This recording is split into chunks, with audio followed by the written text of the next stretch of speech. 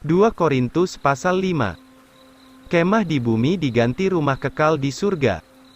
Ayat 1, karena kami mengetahui bahwa jika kemah tempat kediaman kami di bumi ini dibongkar, kami mempunyai sebuah bangunan dari Allah, sebuah rumah yang kekal di surga, yang bukan dibuat dengan tangan.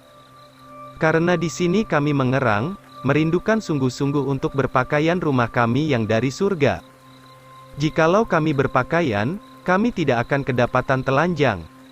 Di dalam kemah ini, kami mengerang karena dibebani, sebab kami tidak ingin ditanggalkan, melainkan berpakaian, supaya yang akan mati itu boleh ditelan oleh kehidupan.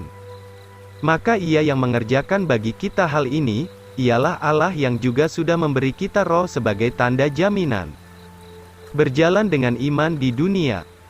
Ayat 6, oleh karena itu hati kami senantiasa tabah, sebab mengetahui bahwa selagi kami mendiami tubuh ini, kami berjauhan dengan Tuhan. Sebab kami berjalan dengan iman, bukan dengan penglihatan.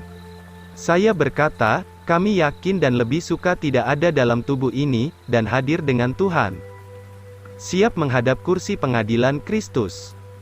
Ayat 9, sebab itu kami berusaha, supaya baik kami hadir atau berjauhan, kami berkenan kepadanya.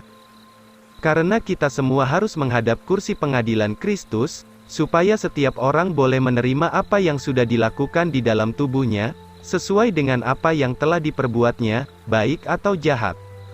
Kasih Kristus menggerakkan kami.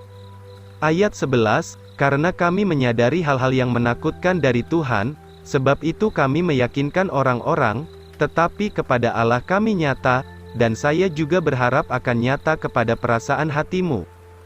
Karena kami tidak lagi memuji diri kami sendiri kepadamu, tetapi memberi kamu kesempatan untuk bermegah-megah karena kami.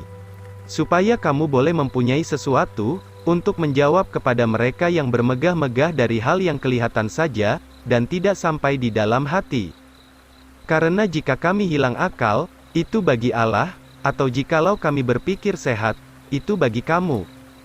Sebab kasih Kristus menggerakkan kami, karena demikianlah kami menilai, bahwa jikalau seorang mati untuk semua, maka semua juga mati. Dan Kristus telah mati untuk semua orang, supaya mereka yang hidup tidak lagi hidup untuk dirinya sendiri, tetapi bagi Dia yang telah mati untuk mereka dan bangkit pula. Suatu ciptaan baru di dalam Kristus. Ayat 16, sebab itu mulai sekarang kami tidak lagi mengenali seseorang menurut daging, meskipun kami sudah mengenal Kristus menurut daging, tetapi sekarang kami tidak lagi mengenalnya sedemikian lagi. Sebab itu jika seseorang ada di dalam Kristus, ia adalah suatu ciptaan baru, hal-hal yang lama sudah berlalu, lihatlah segala hal sudah menjadi baru. Pelayanan pendamaian. Ayat 18, dan segala hal itu dari Allah, yang telah mendamaikan kita dengan dirinya sendiri melalui Yesus Kristus, dan telah memberikan kepada kita pelayanan pendamaian. Sebab itu Allah di dalam Kristus yang mendamaikan dunia dengan dirinya sendiri, dengan tiada memperhitungkan pelanggaran-pelanggaran mereka ke atas mereka, dan telah mempercayakan kepada kami perkataan pendamaian.